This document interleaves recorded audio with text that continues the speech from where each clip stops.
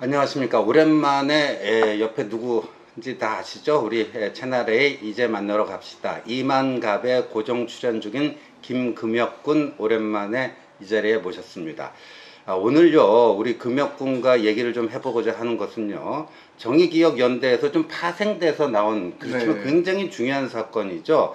2016년 4월이었던가요? 중국 저장성의 닝보라는 곳에서 북한이 수익사업용으로 운영하던 류경식당, 거기에 이제 허강일 지배인이 여종업원 12명과 함께 집단 탈북한 사건인데, 그 이후로 민변과 윤미향 씨의 남편인 김삼석 씨가 이들을 회유하고 뭐 해서 다시 북으로 보내려고 하는 월북 공작을 폈다, 뭐 그런 아주 충격적인 내용. 오늘 아침에도 제가 그거 관련해 가지고 조선일보 보도 좀 해설을 해 드렸는데요.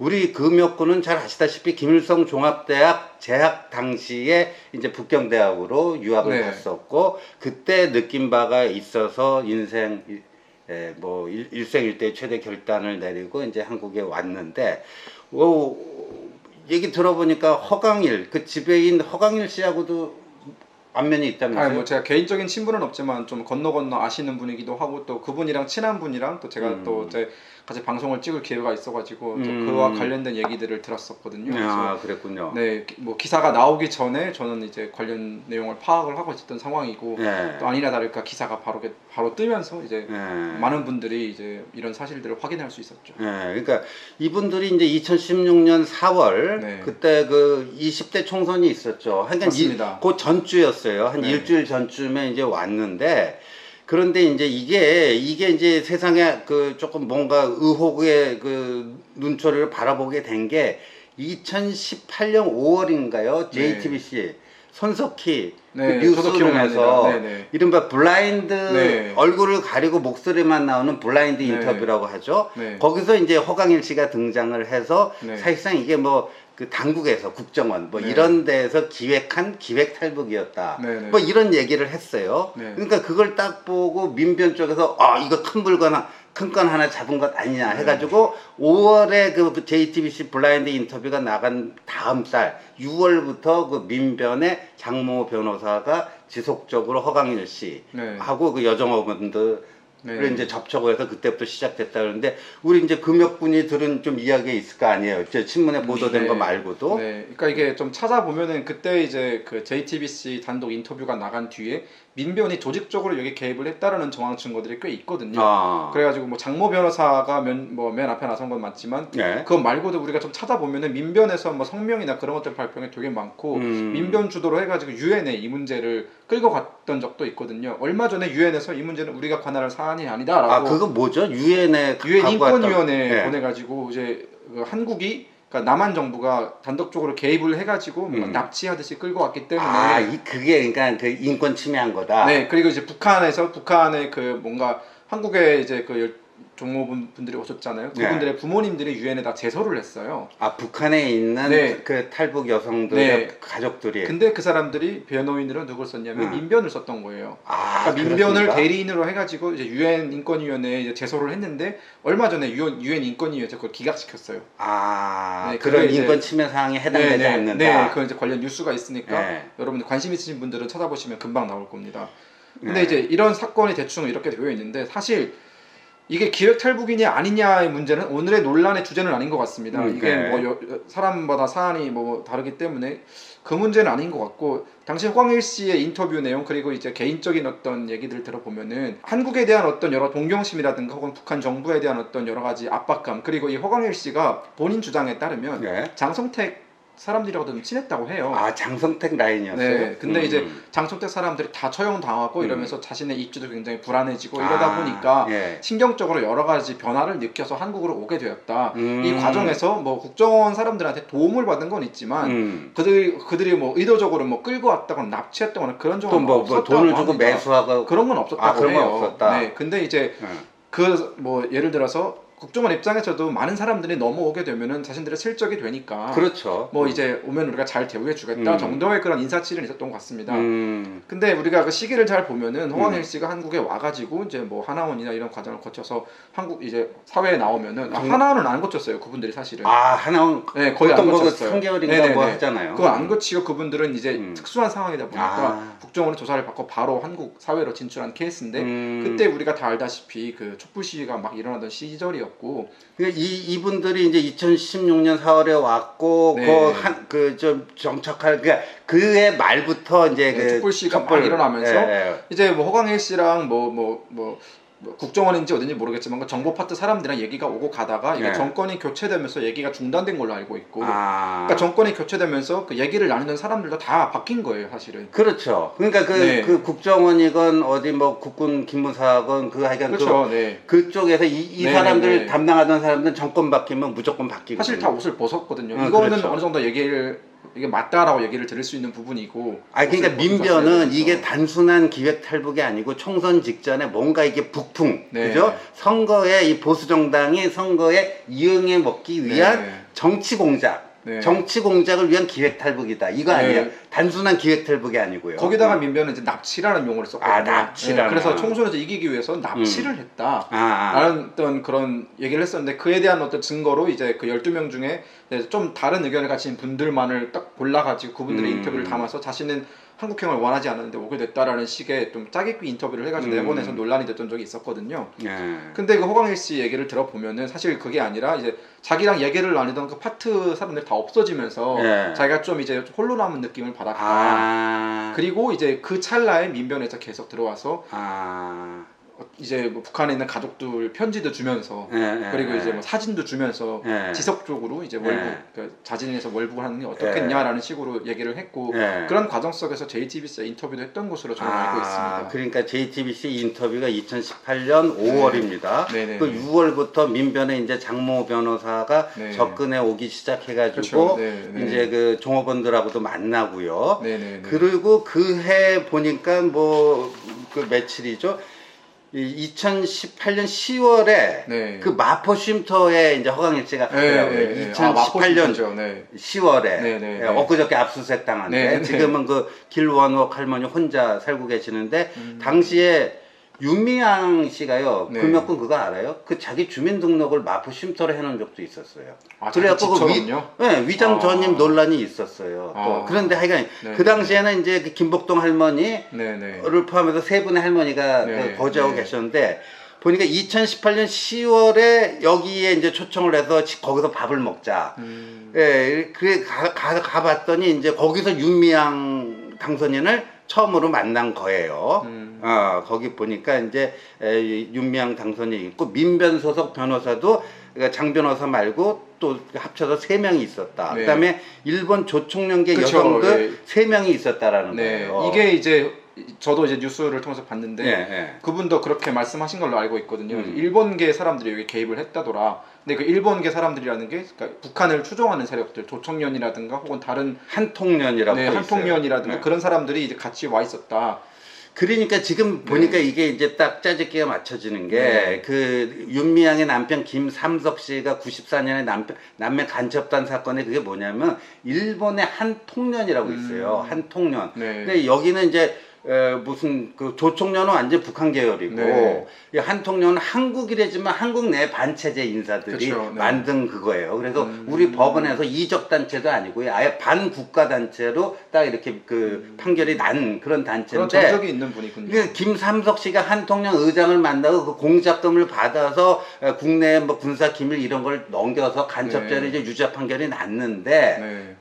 근데 이제 재심 청구해서 그 정보 넘긴 부분만은 일부 무죄가 됐지만 공작금 받고 한 거는 그 유죄로 계속 유지가 된 거예요. 그러니까 이때부터 사실 김삼석 씨는 일본 내에 뭐라 그럴까 그 좀 자기 네트워크가 있는 거죠. 그 이제 친북 세력들 그 한통련 이게 있고 그래서 아마 그때도 그 마포 쉼터에 담배를 권하고 그랬군요. 그때 그 문자 메시지 내용을 확인해 보면은 담배 좋아하시냐라고 하니까 담배 좋아한다라고 하니까 나한테 북한 담배가 있는데 펴보겠냐. 그 북한 담배를 어떻게 구입할 수 있느냐. 한국에서는 판매가 되지 않는 담배이기 때문에 그리고 이제 그 가족들의 편지와 사진, 그러니까 사진 5장이 동봉된 편지를 다 나눠줬대요. 같이 온 사람들한테. 예. 그 편지를 어떻게 예.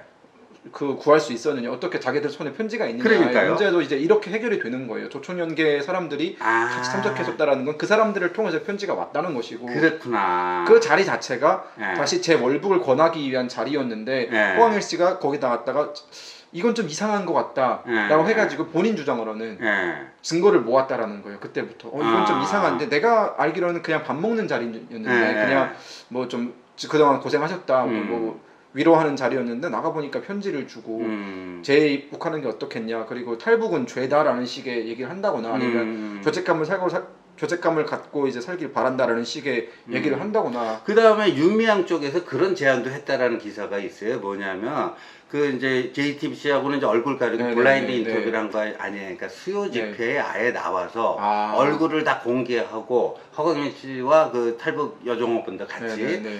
해서 이거는 이 한국 정보 당국에 의한 네. 선거에 이용해 먹으려고 한 이런 그 인권 유린 기획 탈북이었다. 이걸 폭로 기자회견을 하자고 계속 그거를 민변도 얘기했는데 같이 얘기했다고 하더라고요. 이제 민변하고 그래서 아예 네. 수요 집회에 나와서 그런 그 쇼킹한 네. 기자회견을 하자. 근데 이제 허광일 씨 얘기가 아니다. 그건 팩트가 아니다. 아니, 지금 우리 금혁군 얘기한 것처럼 허광일 씨는 자의에 의해서 한국행을 네. 결심한 거고 네. 여종업은 12명 중에서도 9명은 한국으로 가는 걸 네. 알고 따라 나섰다는 거죠. 제가 아시는 그분들 중에 몇 명이 있는데 네. 굉장히 잘 지내고 계시고 북한으로 아, 돌아가겠다 그런 마음 전혀 안 갖고 계시고 정말 어. 자기는 본인의 자유에서 선택을 했다라고 얘기를 하시는 분들이 되게 많아요, 사실 그분들 아. 중에서도. 근데 가족의 그 어머니의 그런 절절한 편지를 받았음에도 불구하고 네. 그 나는 이게 어차피 어머니들도 어떤 강요받은 상황에서 쓴 것이라는 게 솔직히 그 편지가 그렇죠. 그죠? 이게 네. 아무런 어떤 감시가 없이 쓴 편지겠느냐 이게. 그렇죠. 거기 뭐 보면 다- 어머니 예, 정부로 예. 돌아와라, 그렇지, 뭐 어머니 그런 강의 표현들. 품이다라는 그런 표현들을 봤을 때 예. 솔직히 그건 아무런 협박이 없는 상황에서 썼다는 편지라고는 믿겨지기 어렵거든요, 사실은. 그 북한 당국의 네. 누군가가 지켜보는 상황에서 그걸 이제 쓴 거다. 조총련을 통해서 이렇게 온 거고 공식적으로 뭐 정부가 전달할 수는 없으니까 그런 여러 가지 뭐 비밀스러운 루트를 통해서 온 건데 그러니까 편지를 받고 사실은 동요하지 않는 분들이 되게 대부분인데 이제 민변에서는 그렇게 지속적으로 압박을 넣은 거죠, 사실은. 그리고 처음에 이제 조선일보에서 이걸 단독 보도할 때는 2018년 10월에 이제 그 마포 쉼터에 처음으로 갔고 근데 네.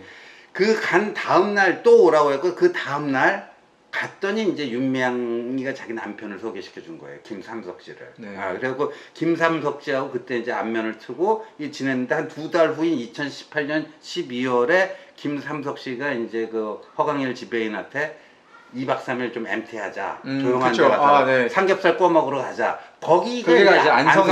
안성쉼터인데 네. 거기 가보니까 또 그런 또 그 약간 또 일본의 네, 그런 네, 맞아요. 조총련계 친북 단체도 있고 네. 그 양심수 후원회인데 여기서 얘기하는 양심수는 북한에서 얘기하는 비전향 장기수라는 그런 그렇죠. 거예요. 난파 간첩 중에서 전향을 네. 거부한 비전향 장기수 후원 모임 그 네. 관계자들이 나와 있더라는 그러니까 이제 허광일 씨 주장 비전향 장기수라는 사람들이 이제 네. 아까 의원님 정확히 말씀하신 대로 다 2002년, 2003년 그때 북한으로 넘어갔어요. 다시 이제 한국에서 보내줬잖아요. 그때 그렇죠. 인도적 네네, 차원에서 네. 그게 처음으로 한 게 이제 1993년인가 이인모 씨죠. 이인모 노인. 네. 이인모 노인이 김영삼 정권 그쵸. 때. 예. 상징적으로 넘어가고 2000년대 이제 김대중 정권, 노무현 정권 때 많이 북한과의 보내줬죠. 관계 때문에 다 보내준 그 사람들을 후원했던 사람들이 양심수 후원회라는 사람들인데 그렇죠. 그 사람들이 돈을 이제 후원해 준 거예요, 이 사람들한테.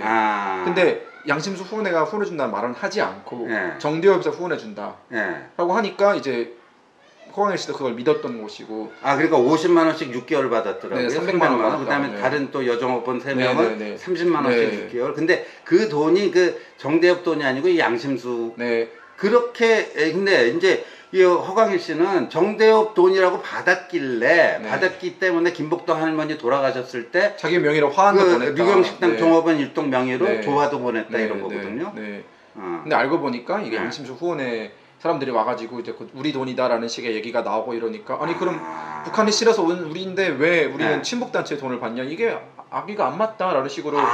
그랬군요. 근데 민변이랑 결과적으로 관계가 틀어지게 됐는데 그때 이후로 틀어지게 됐는데 네. 마지막에 받은 문자를 내용을 보면은 네. 민변도 약간 이제 허광일 씨한테 압박을 넣은 거예요. 너 죄책감을 안고 살아라. 막 그러니까요. 그런 식으로 넣고 이제 신변적인 위협도 있으니까 허광일 씨가 그 여기 그 민변 장 변호사가 네, 허광일 네. 씨한테 보낸 문자가 이거예요. 선거에 이용할 목적의 계획적 조직적 국가 범죄이고 종업원들은 모두 그 피해자임이 만천하에 드러나 쓰니 네. 허광일 씨 당신도 자신이 저지른 은근히 죄값을 치르고 속죄하며 새 삶을 살기를 바란다. 네. 거의 이제 협박성 문자가 네, 오니까 그렇죠. 네. 이게 이 문자 때문에 망명을 결심한 네, 거예요. 이게 뭐 제가 허광일 씨 뭐 동의를 받지 않았기 때문에 뭐 어디로 망명했다고 말씀드릴 수 없지만 허광일 씨가 망명한 나라는 망명자에 대해서 굉장히 체크를 꼼꼼하게 하는 그런 국가거든요. 예. 과거에도 탈북민 분들이 이제 한국에 왔다 살기 어려 재망명을 신청하는 경우가 있는데 대부분 다 거부가 됐던 나라인데 그렇죠. 허광일 씨 사연은 들어보니까 네. 아 이게 악의가 맞다. 그리고 신변의 위협을 느낄 만한 충분한 정황 증거들이 있다라고 네, 해가지고 네. 망명을 받아준 거거든요. 사실은. 그렇죠. 그러니까 망명 그 허용 요건이 굉장히 까다롭잖아요. 특히 그리고 정치적 망명. 처음 망명이 아니라 사실상 탈북이라는 거는 네, 한 네. 번 망명했는데 거기서 또 네. 재망명을 네. 하려는 거니까 이건 뭔가 좀 이상하다고 네. 굉장히 그때 그렇죠. 엄격하게 심사하잖아요, 네. 보통은. 그러니까 이미 허광일 씨는 한 번 망명해가지고 음. 매스컴을 타서 이미 유명한 사람인데 그 사람이 또 망명을 신청했다. 왜 신청했는지 한번 드러나 보자라고 했는데 구구절절 맞는 얘기인 거예요. 그러니까 아, 그럼 와라라고 해가지고 이제 작년 3월에 그렇게 이제 그 나라로 간 거죠, 사실. 네. 작년 3월에. 네. 그러니까 이게 지금 돌이켜 보니까요. 이 사실 그 탈북자 커뮤니티 내에서는 원래 허광일 씨에 대해서 평판이 어땠어요? 그러니까 평판이 좀 갈렸어요. 그렇습니까? 그러니까 이제 그 기획 탈북이다라고 보시는 분들도 있었고요. 이제 허광일 씨 개인적인 그 명예 때문에 다른 사람들의 인생을 망쳤다라고 보시는 분들 되게 많았어요. 근데 허광일 씨의 나중에 얘기를 들어보면은 나는 이런 민변의 조직적인 어떤 재입국 권유 이런 것들이 굉장히 위협을 느꼈고 그리고 이런 건 실체를 까발켜야겠다 생각을 했기 때문에 그동안 침묵을 하고 있었다. 대신 관련 증거를 다 모으고 있었다 나는. 언제부턴가 이제 그렇죠. 네. 그러니까 월북 권유하고 네. 회유하고 공작금 주고 뭐 하니까 이게 그쵸. 이상하다. 그때부터 이제 증거를 다 모으기 그러니까 시작했죠. 본인이 이제 얘기를 들어보면은 본인은 자유를 찾아서 왔는데 정작 자유를 찾아서 온 국가에서 많은 사람들이 자기 주변에 와가지고 다시 북한으로 돌아가라는 식의 얘기를 지속적으로 조직적으로 하니까 이게 뭐냐 이게 뭐 이상하다라는 걸 느꼈고 이제 그걸 밝혀야겠다라는 생각을 했다라고 본인은 말씀을 하시더라고요. 그럼 우리 금역군이 볼 때는 지금 뭐 네. 제3국에 망명 중인데 뭐 경우에 따라서는 뭐 국내에 왔다 갔다 하는 거는 뭐 불가능한 게 아니잖아요. 그렇죠. 네. 그런데 이제 허광일 씨가 그럼 이 정도로 그 지금 조선일보를 통해서 보도가 되고 있는데 이 정도로 이제 핫 이슈가 됐으면 뭐 그냥 뭐 별 생각 없이 이런 얘기 꺼내지는 않았을 거 아니에요. 그렇죠. 네. 그러니까 본인도 분명히 어떤 마음의 준비를 하고 마음에 꺼낸 것 같고. 작심하고 그리고 아마 제 생각이지만 이제 앞으로 더 까맣게질 내용이 더 있지 않을까. 그렇군요. 네, 저는 그렇게 생각을 합니다. 이게 이것과 관련한 민변의 네. 이런 그 탈북자들을 네. 대상으로 한 이런 공작. 그러니까 저는 이거를 좀 새롭게 정의를 내리고 싶은 게 이게 국정원이나 혹은 정보 당국의 기획적인 탈북이 아니라 민변이나 혹은 친북 단체들의 기획적인 어떤 기획 월북이네요. 기획 월북 시도였죠, 사실은. 기획 월북 공작이라고 봐야 되겠네요. 그리고 지금도 이건 뭐 개인적으로 밝힐 수는 없지만 지금도 지속적으로 그 좀 뭔가 마음을 잡지 못하고 있는 그 종업원들한테 지속적인 월북 권유가 이루어지고 있다라고 저도 알고 있고 그런 중에 한 분도 제가 알고 있기 때문에 제가 계속 만나가지고 이제 그게 아니다 어떤 게 진실인지 알아야 된다라고 얘기를 하고 있는 상황이거든요. 근데 그 누나의 말을 들어보면은 어제도 뭐 누굴 만났는데 뭐 평양에서 뭐 어머니가 잘 지내고 있다더라 뭐 장로님의 배려 속에 살고 있다더라 뭐 이런 식의 얘기를 계속 한다거나 아니면 그 안성 침투에서도 뭐 혁명가요도 불렀다라고 혁명 북한 노래 부르고 네, 장군님 수령님이라는 단어를 장군님 거리낌 수령님 없이 쓰고 아주 그냥 자연스럽게 용어를 쓰고 그러니까 이게 정말